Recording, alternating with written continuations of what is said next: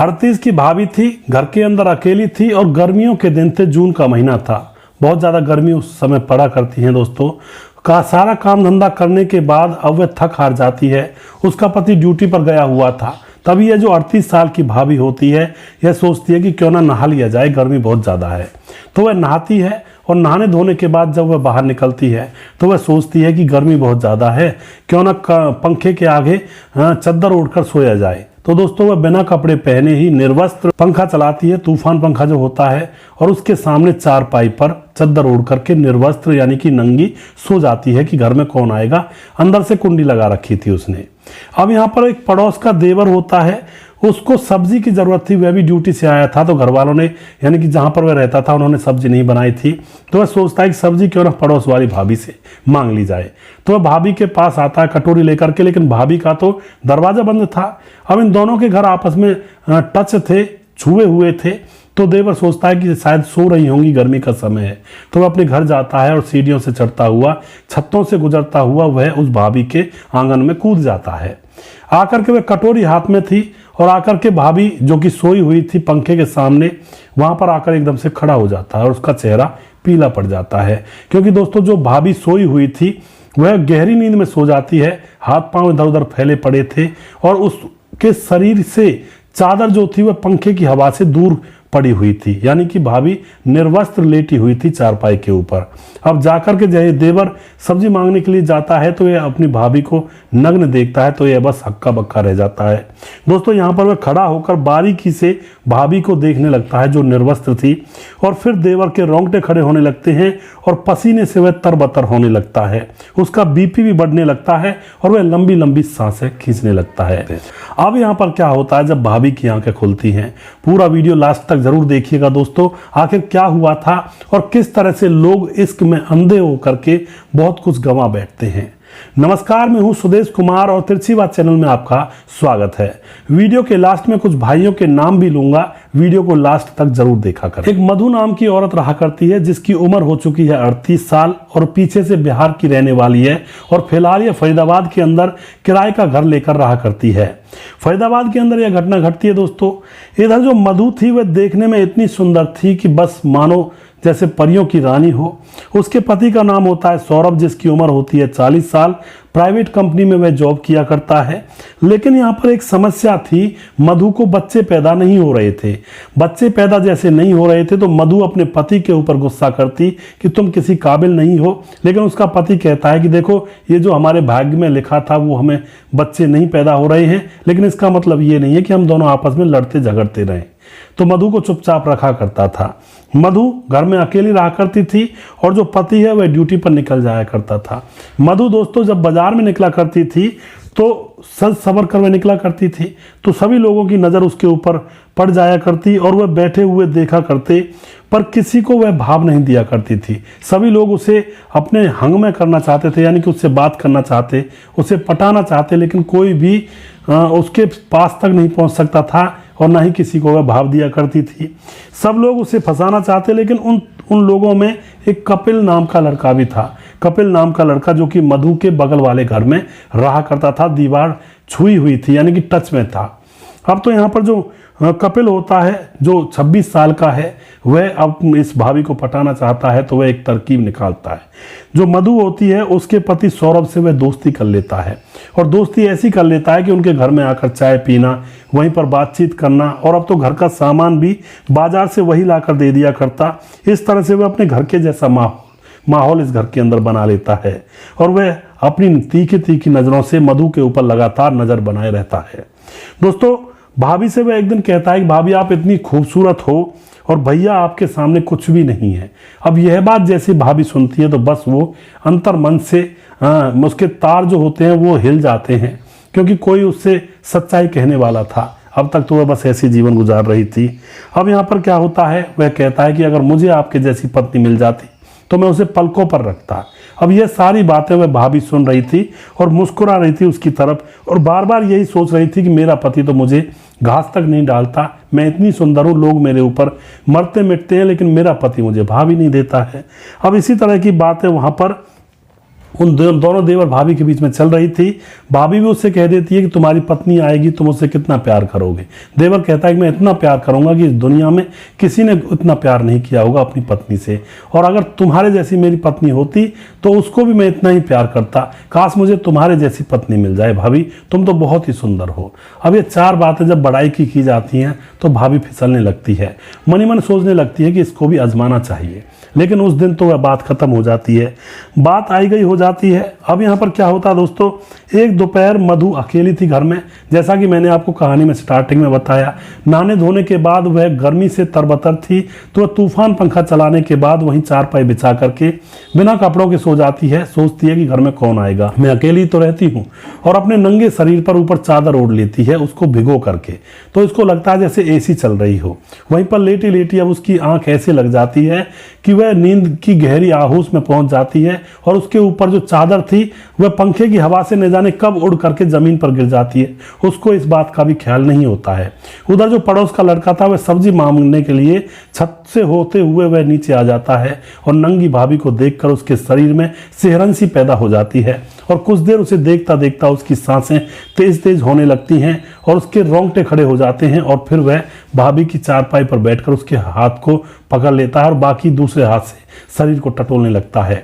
भाभी की एकदम आंखें खुल जाती हैं। वह सामने बैठे हुए देवर जिसका नाम था कपिल, उसको देखकर कांपने लगती है। लेकिन कपिल उसके कंधे पर हाथ रखता है। भाभी तुम घबराओ मत, यह जो होना था वो तो हो गया, मैंने तो तुम्हारा सारा नंगा शरीर देख लिया। दोस्तों उसके बाद वह भाभी को अपनी बातों में ले लेता है, और यहाँ पर इतनी रोमांटिक बातें इन दोनों के बीच में होती हैं कि देवर और भाभी फिर अंदर वाले कमरे में चले जाते हैं, और वहाँ पर फिर 1 घंटे तक रंगारंग प्रोग्राम इनके बीच में होता है।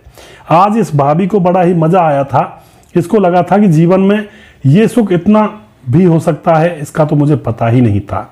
अब तो दोस्तों यहाँ पर मधु उससे कहती है कि तुम जब भी मौका मिले बस आ जाया करो मेरे पास, बड़ी परेशान रही हूँ मैं।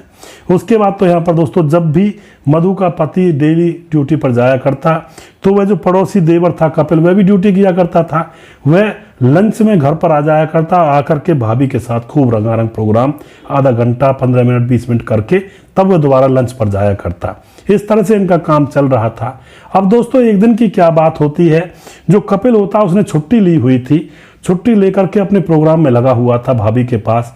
और उधर जो मधु का पति सौरभ होता है उसकी तबीयत खराब हो जाती है, तो वह कंपनी से आधे में ही छुट्टी लेकर के घर लौट जाता है। घर आता है, दरवाजा खटखटाता है।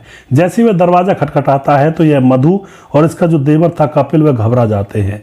उनको लगता है कि कौन आ गया, तो मधु कहती है कोई पड़ोसन होगी, मैं देखती हूँ जाकर के।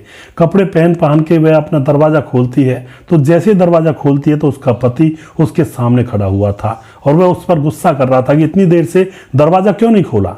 तो मधु कहती है बस ऐसे में लगी हुई थी, काम में लगी हुई थी। लेकिन उसके चेहरे की जो भाव भंगिमा थी उसको उसका पति पहचान जाता है, और वह समझ जाता है कोई ना कोई मामला गड़बड़ है, क्योंकि कपड़े भी अस्त व्यस्त थे, ऐसे ही जल्दी में जैसे तैसे पहने थे। अंदर आता है, कमरे के अंदर ढूंढने लगता है, तो एक कोने में बोरी के पीछे वह लड़का बैठा हुआ था छुपा हुआ। उसको देख करके एकदम से जो पति होता है बौखला जाता है, और जोर जोर से अपनी पत्नी से लड़ाई करने लगता है, और उस लड़के से भी कहता है कि मेरी दोस्ती का तूने गलत फायदा उठाया। दोस्तों उसके बाद पूरा मोहल्ला इकट्ठा हो जाता है, और इनकी करतूत को देख करके जो मकान मालिक होता है अब मधु और उसके पति सौरभ को मकान से निकाल देता है। सौरभ होता है वो दूसरी जगह तुरंत मकान ले लेता है, और फिर जो अपनी पत्नी होती है मधु उसको वहां से भगा देता है कि तू जा यहाँ से, मुझे तेरे साथ नहीं रहना। मधु के घर वालों पर भी फोन करता है, लेकिन मधु अपने घर वालों पर फोन करती है, कहती है कि ये तो बस मेरे ऊपर ऐसे आरोप लगाते रहते हैं, इनका दिमाग चटक गया है, अभी तक बच्चे तो पैदा हुए नहीं हैं और बस मुझसे लड़ते रहते हैं। उसके बाद अपने जो मधु होती है अपने ससुराल में भी फोन करती है कि बस ऐसे ही लड़ रहे हैं मुझसे, जबरदस्ती गाली दे रहे हैं। लेकिन जो मधु के माँ बाप होते हैं वह सोचते हैं कि शायद हमारी बेटी सही है, ऐसा काम तो नहीं करेगी, शायद हो सकता है वह लड़का जो सौरभ है उसका दिमाग खराब हो चुका है, बच्चे पैदा नहीं हो रहे हैं, अकेला है। तो अपनी बेटी मधु को अपने पास बुला लेते हैं कि तू यहाँ पर आ जा, कुछ दिनों के बाद मामला शांत हो जाएगा, फिर तुझे भेज देंगे। तो मधु अपने मायके चली जाती है, और जो यह सौरभ था उसका पति वह वहीं पर कमरा दूसरा किराए पर लेकर के नौकरी करने लगता है। लेकिन दोस्तों कहते हैं ना, जब मुंह पर खून लग जाता है, जब शेरनी के मुंह खून लग जाता है तो फिर उसको ऐसी वैसी चीजें अच्छी नहीं लगा करती हैं। मायके में जाने के बाद भी वह लगातार कपिल के पास फोन किया करती, और जैसे ही मौका मिलता है कपिल को वहीं पर बुला लिया करती और खेतों में उसके साथ खूब रंगल मंगल करने के बाद अपने घर में जाया करती। कपिल भी पूरा बिजी था, उस पर भी काम चपड़ा हुआ था, कभी नौकरी जाता, कभी प्रेमिका से मिलने उसके गांव जाता, यानी कि कपिल भी पूरा फिलहाल सिस्टम में था। कुछ दिन गुजर जाते हैं। कुछ दिन गुजरने के बाद अब जो लड़की होती है मधु, उसके भाई को कुछ शक होता है कि रात को शायद इसकी चारपाई खाली रहती है। मैंने एक दिन देखा था तो मैंने सोचा पेशाब वगैरह करने गई होगी, लेकिन 1 घंटे के बाद आई थी। 1 घंटे तक कैसा पेशाब? तो वो अपने पिता से कहता, अपनी माँ से कहता है, तो इसके मायके वाले भी सतर्क हो जाते हैं। और एक रात की बात है, सरसों के खेत में, जब सर्दियों के दिन हो चुके थे, सरसों के खेत में मधु ने अपने प्रेमी कपिल को वहीं पर बुलाया हुआ था। इसका जो भाई है और इसका पिता है वह इसके ऊपर नजर रखे हुए थे, चुपचाप इसका पीछा कर रहे थे।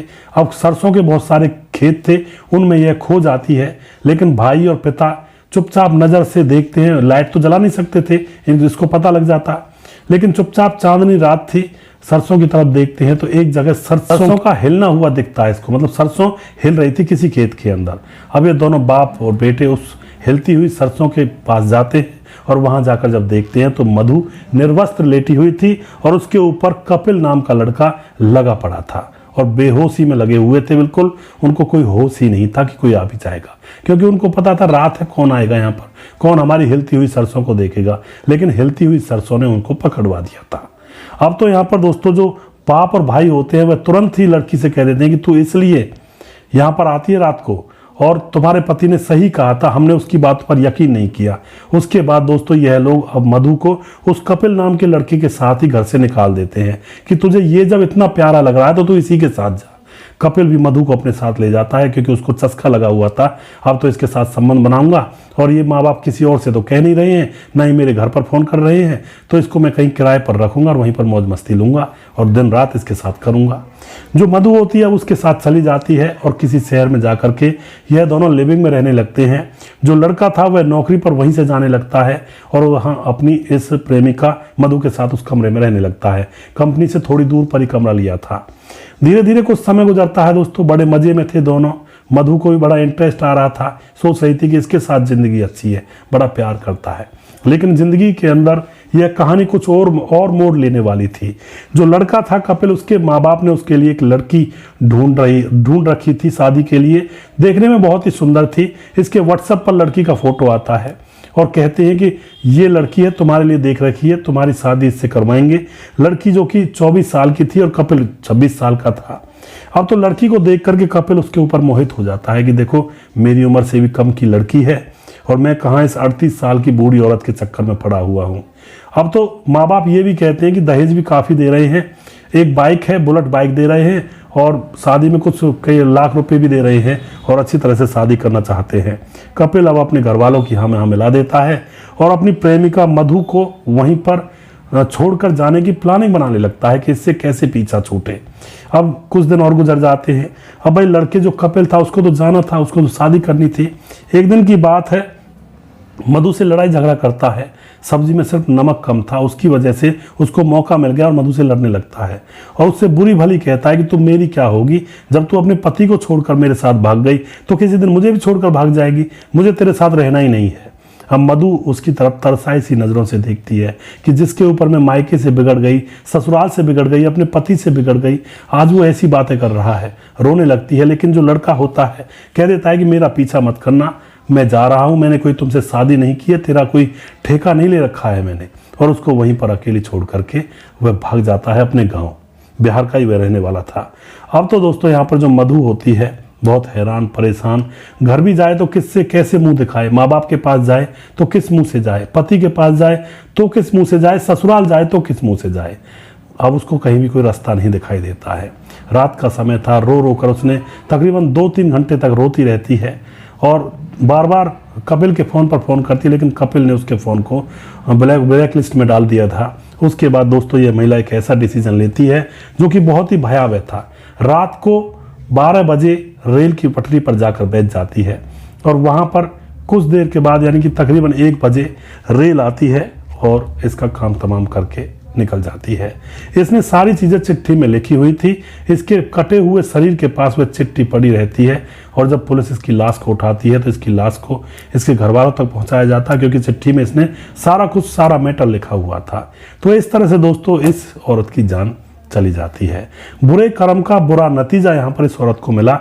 खूब रोई थी, खूब पछताई थी, लेकिन इसका पति भी तो रोया होगा जब यह किसी और के साथ मुंह काला कर रही थी। इसके भाई पर क्या बीती होगी जब उसने सरसों के खेत में इसको रंगरलियां मनाते हुए देखा था। बाप पे क्या गुजरी होगी, और जो इसके ससुराल वाले थे, इसके पति के माँ बाप, उन पर क्या गुजरी होगी जब यह उसको छोड़कर भागी थी। अपने पति के मुंह पर ही थप्पड़ मार दिया था। जब इसके पति ने इसके मुंह पर थप्पड़ मारा था तो इसने भी पति के मुंह पर थप्पड़ मार दिया था और फिर पति को छोड़कर भागी थी। तो दोस्तों यहाँ पर सिर्फ इसके ही आंसू नजर नहीं आने चाहिए। आंसू तो इसके परिवार वालों की आंखों में भी थे, लेकिन वे छुपा कर रखे थे। अब यहाँ पर इस तरह से ऐसा कांड होता है। उस लड़के को तुरंत पकड़ा जाता है, क्योंकि उसकी वजह से इसकी जान चली जाती है। लड़के के ऊपर विभिन्न धाराएं लगाकर उसको जेल में डाला जाता है और कर ले बेटा अब शादी, ना इधर का रहा ना उधर का रहा। इस तरह से लोगों के जीवन खराब हो जाते हैं। वीडियो के लास्ट में मैं यही कहना चाहूँगा दोस्तों, कभी भी इन चक्करों में ना पड़े।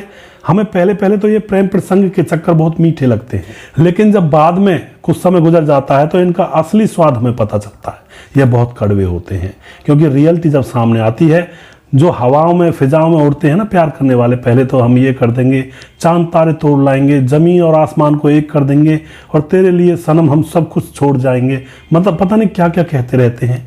और लेकिन जब सच्चाई सामने आती है, घर वालों से कि छोड़कर उनको छोड़ करके भाग निकलते हैं, अपना पेट खुद भरना पड़ता है या कोई काम करना पड़ता है, या फिर जिम्मेदारियां जब एक दूसरे की उठानी पड़ती हैं, तो सारा प्यार धरा का धरा रह जाता है।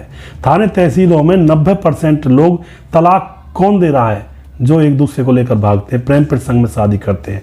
क्योंकि दोस्तों जो अपने घर वालों को धोखा दे सकते हैं, क्या गारंटी है प्रेम प्रसंग होने के बाद पति पत्नी को, पत्नी पति को धोखा नहीं देगी?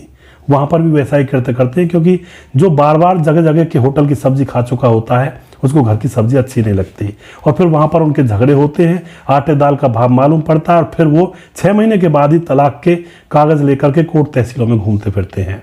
क्योंकि माँ बाप भी कुछ नहीं कहते, वो भी कहते हैं तुमने अपनी मर्जी से शादी की थी, भुगतो। तो कोई सपोर्ट करने वाला रहता ही नहीं है, और फिर से इनके तलाक होते हैं और फिर जिंदगियां बर्बाद होती हैं।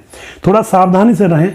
सभी प्यार करने वालों के बारे में मैं नहीं कह रहा हूं, कुछ प्यार करने वालों के घर बसते भी हैं, बच्चों की परवरिश भी अच्छे से करते हैं, लेकिन ज़्यादातर 80-90% लोग जो प्यार करके भागते हैं, उनका या तो दी एंड बुरे तरीके से होता है, या फिर वो तलाक वलाक लेकर के फिर इधर उधर मुंह मारने लगते हैं। ऐसा ही होता है समाज के अंदर। दोस्तों वीडियो के लास्ट में कुछ भाइयों के नाम भी लेना चाहूंगा। हमारे साथ हैं राम मोहम्मद यासीन, लाहौर पाकिस्तान से हमारे वीडियोस पर कमेंट करते हैं और लगातार कमेंट करते हैं। भाई का रिकॉर्ड है, कभी भी किसी वीडियो में कमेंट करना भूलते नहीं हैं। तो उसके बाद हम बहुत बहुत धन्यवाद करते हैं भाई का। उसके बाद हमारे साथ गुड जॉब मंगल पन्नू और करनाल हरियाणा से रहने वाले वीडियो पर कमेंट कर रहे हैं। बहुत दिन में कमेंट किया भाई ने। मैं श्यामलाल चौधरी नौका बीकानेर राजस्थान से, आप बहुत अच्छी कहानी सुनाते हो। श्यामलाल जी भी लगातार कमेंट करते हैं, किसी भी वीडियो पर कमेंट करना भूलते नहीं हैं। 5-6 लोग ऐसे हैं हमारे भाई जो हमारी फैमिली में जुड़े हुए हैं, जो लगातार कमेंट करते हैं। उसके बाद दयाशंकर हमारे भाई, मेरा नाम दयाशंकर सिंह राजपूत, उत्तर प्रदेश गोंडा से। मैं आपकी हर वीडियो देखता हूं दयाशंकर जी, आपका बहुत बहुत धन्यवाद। उसके बाद हमारे साथ हैं किशोर चंद, जो कि कमेंट कर रहे हैं। नितेश पासवान हमारे भाई ज़्यादातर लगातार कमेंट करते हैं। नमस्ते भैया जी, गुड नाइट। मैं नितेश पासवान, विलेज बोधगो, जिला गिरिडीह, झारखंड से। सर जी स्टोरी पहले सुने थे सर, और नौकर ने मालकिन की जान बचाई थी। पहली बार सुनी है कि नौकर ने मालकिन की जान बचाई थी। जी बिल्कुल नितेश जी, ऐसा हो जाता है कई बार। और नाइस भाई जी, महेंद्र कुमार भाई कह रहे हैं। डॉक्टर विनोद कुमार फरीदाबाद हरियाणा से, very good nice story. Vinod Kumar ji जो कि नज़दीक से ही हरियाणा से, मैं भी हरियाणा से हूँ। हरिंदर सैनी हमारे भाई, God bless you and your family sir. Harinder ji बहुत बहुत धन्यवाद आपका, आप भी खुश रहे, आपका परिवार भी खुश रहे, और भगवान आपको हमेशा खुशी दे। वेरी नाइस स्टोरी, बहुत बहुत धन्यवाद Harinder ji. Rohtas Kumar, very nice story, बहुत बहुत धन्यवाद जी। नागेंद्र प्रसाद राजवंशी, नेपाल मोरंग से हमारे वीडियोज़ को देखते हैं, लगातार कमेंट करते हैं भाई। राधेश्याम शर्मा सिरसी, जयपुर राजस्थान से हैं, और बहुत बहुत धन्यवाद राधेश्याम जी, आप इसी तरह से सपोर्ट करते रहिए, लगातार हमें देखते हो, अपना आशीर्वाद हमारे ऊपर बनाए रखते हो, बहुत बहुत मेहरबानी आपकी। राजकिशोर चौरसिया जो कि वीडियोज़ को लगातार देखते हैं, महाबलेश्वर महाराष्ट्र से हमारे वीडियोज़ को देखते हैं, बहुत दिनों में कमेंट आया भाई का। पहले लगातार आता था, लेकिन बीच में शायद कहीं भूल गए थे कमेंट करना। सुदेश सर कहाँ से लाते हैं इतनी कहानियाँ? ये कह रहे हैं मुसब भाई हैं जो कि कह रहे हैं कहानियाँ देखिए इंटरनेट पर होती हैं, और इतना बड़ा संसार है, इतना बड़ा इंडिया है, न जाने कहाँ कहाँ क्या क्या घटता रहता है। हर मिनट हर क्षण ये कहानियाँ घटती रहती हैं। बस इनको समेटने वाला चाहिए और इनसे सीख लेने वाला चाहिए। आगे जो कुछ होगा देखा जाएगा। सुशील चौधरी भाई हमारे वीडियो में से फनी मोमेंट निकाल कर यहाँ पर लिखते हैं, बहुत बहुत धन्यवाद करते हैं भाई का। जावेद खान हमारे भाई कमेंट करते हैं, रोहतास कुमार कमेंट करते हैं, और कुछ भाई और हैं। सूर्य प्रकाश मिश्रा जी हैं, सर जी इस कहानी में तो यही हाल हुआ कि बर्बाद गुलिस्तां करने को बस एक ही उल्लू काफ़ी है, हर शाखा पर उल्लू बैठा है, अंजाम गुलिस्तां क्या होगा। जी बिल्कुल, बहुत अच्छी लाइन लिखी है सूर्य प्रकाश मिश्रा जी ने। और लोग आजकल की दुनिया में कैसे होते जा रहे हैं, यहाँ माँ और बेटी दोनों पागल हो गई थी। माँ किसी से शादी कर ले, बिटिया की ज़िंदगी क्यों बर्बाद कर रही है। ये मामला बहुत दिन नहीं चल पाएगा। रुदौली जिला अयोध्या से पत्नी का नाम शिखा मिश्रा है। बिल्कुल सही कह रहे हैं सूर्य प्रकाश जी, ऐसा ज़्यादा नहीं चल पाता है। अफेयर के चक्कर लास्ट में कवाड़ा कर ही बैठते हैं। माँ बेटी दोनों को ही धैर्य रखकर समझने की आवश्यकता है। एचपी सिंह कह रहे हैं हमारे भाई, बहुत दिनों में कमेंट आया है। कैलाश चौधरी हमारे बड़े भाई, शोभा मंडल ने जो किया आगे चलकर गलत साबित होगा। नौकर रमेश को ईमानदारी से रहने की जरूरत है। कैलाश चौधरी कल्याण महाराज से, जो कि हर वीडियो पर कमेंट करते हैं हमारे भाई। चरणजीत दहिया है, राम राम जी राम राम। बाल गोविंद अग्रहारी हैं, देखो भाई इनका भविष्य क्या है।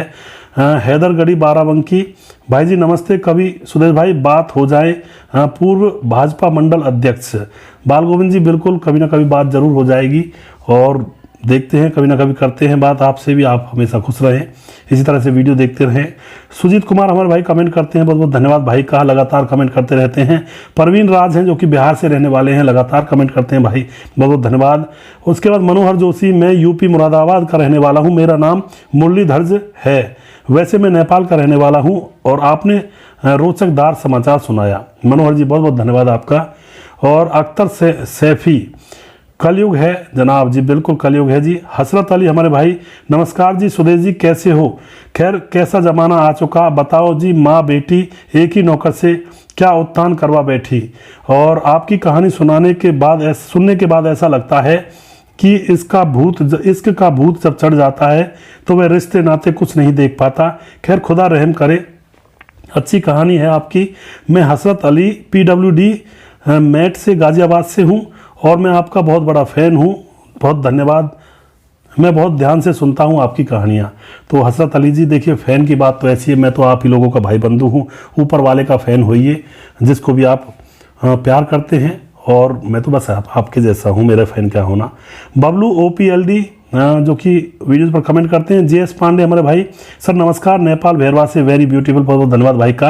अनिल के यादव UP 55 सिद्धार्थनगर से हैं, बहुत बहुत धन्यवाद करते हैं भाई का। मोहम्मद आज़ाद, वेरी गुड सर, बहुत बहुत धन्यवाद जी। प्रीतम घोगा, बहुत बढ़िया जी, मेरे बेटे का नाम जरूर लेना, भारतजीत। हाँ भारतजीत प्रीतम घोगा के बेटे का नाम है, और बेटा अच्छा पढ़े लिखे और बेटे का भविष्य अच्छा उज्जवल हो। प्रीतम जी आप भी अपने परिवार को अच्छे से चलाते रहें, खुश रहें, खुशहाल रहें। HP सिंह हमारे भाई, माँ बेटी आपस में समझदारी से काम लें तो मामला ठीक ठाक ऐसे ही चलता रहेगा। जी बिल्कुल HP सिंह जी, लेकिन मामला ठीक हो नहीं पाता, लास्ट में बिगड़ जाती है। इंद्राज बघेल हमारे भाई कह रहे हैं कि फरीदाबाद से बहुत अच्छी कहानी सुनाते हैं आप, तो फरीदाबाद से हैं इंद्राज बघेल भाई हमारे। मनोज कुमार पटेल हैं, वीडियो बहुत अच्छी है, अच्छा वीडियो है। और अजीत कुमार हमारे भाई, बहुत अच्छी वीडियो है, बहुत कुछ सीखने को मिलता है, बहुत बहुत धन्यवाद अजीत जी। और रंगबाज, यह नसीब किसका है। जी बिल्कुल। और सूरज डियो हमारे भाई जो कि good story, keep it up, I am from Fiji देश से है। सूरज भाई हैं हमारे, कह रहे हैं कि लगातार काम जारी रखिए। जी बिल्कुल सूरज जी आप बहुत बहुत धन्यवाद आपका। और रामू गुप्ता हैं, वाह nice post, thank you so much, Chhattisgarh से चिरीमिरी से, तो चिरीमिरी से हैं रामू गुप्ता जी।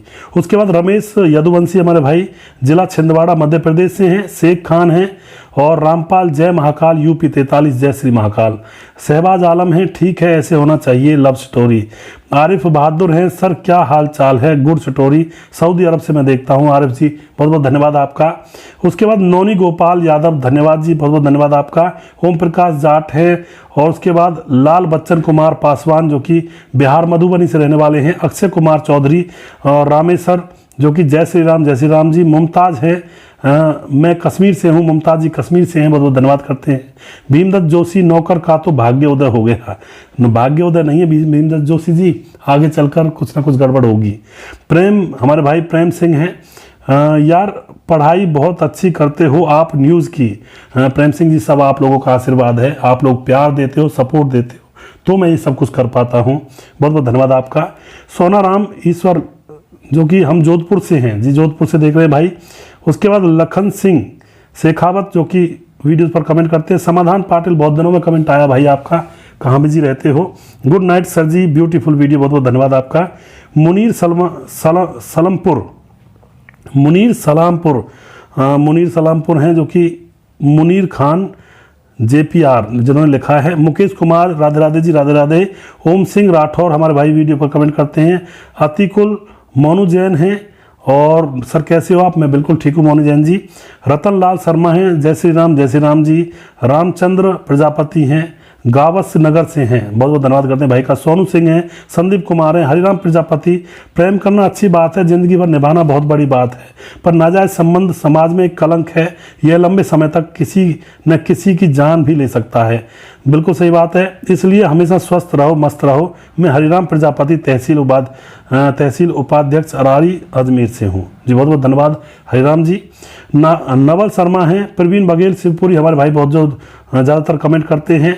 ननकू मिस्त्री हमारे भाई कह रहे हैं, मेरा नाम भैया ननकू ठेकेदार है, मकान बनाने के ठेके लेता हूँ, जिला बाराबंकी से मैं आपकी वीडियो देखता हूँ। मेरा भाई नाम नहीं दिया आपने जी, ननकू जी अब मैंने आपका नाम लिया है, आप लगातार वीडियो पर कमेंट करते रहा करें, जिससे कि मेरी नज़र में आपका नाम आ जाया करे। बहुत बहुत धन्यवाद ननकू मिस्त्री का। पवन कुमार हमारे भाई, गुड स्टोरी भाई साहब, बहुत बहुत धन्यवाद आपका। उसके बाद देव नारायण यादव हैं, उसके बाद अंकुर कपासिया हैं। नौकर के तो मज़े आ गए, ऐसे मज़े हमको मिल जाए। अंकुर जी ऐसे मज़े बेकार हैं, दूर से लगते हैं अच्छे, लेकिन बहुत भयावह होते हैं। अमनजीत सिंह, माँ भी खुश, बेटी भी खुश, और रमेश भी खुश। रमेश की तो 5 उंगलियां घी में हैं, सिर कढ़ाई में है। किशनलाल भंवर सिंह, उसके बाद परियाल गुडारो हैं, और बाबूलाल मीना हैं। हसरत अली हमारे भाई, रामचंद्र प्रजापति और विजय कुमार, आज नहीं तो कल इनका पता चलेगा ही। बिल्कुल जी सर, जब मैं ऐसे करेगी तो बेटी कहाँ जाएगी जी, बिल्कुल, माँ ऐसी करेगी तो बेटी कहाँ जाएगी। संदीप कुमार और संजीत सिंह, और उसके बाद फ़हीन अली, हेलो सर कैसे हो। जसपाल ठाकुर और रॉकी भट्ट, तो ये बहुत सारे भाई हमारे वीडियोस पर कमेंट करते हैं। भाइयों का दिल की गहराइयों से मैं धन्यवाद करता हूं। अगला वीडियो बहुत जल्दी फिर से लेकर आऊंगा, तब तक आप खुश रहें, सावधान रहें। जय हिंद, जय भारत।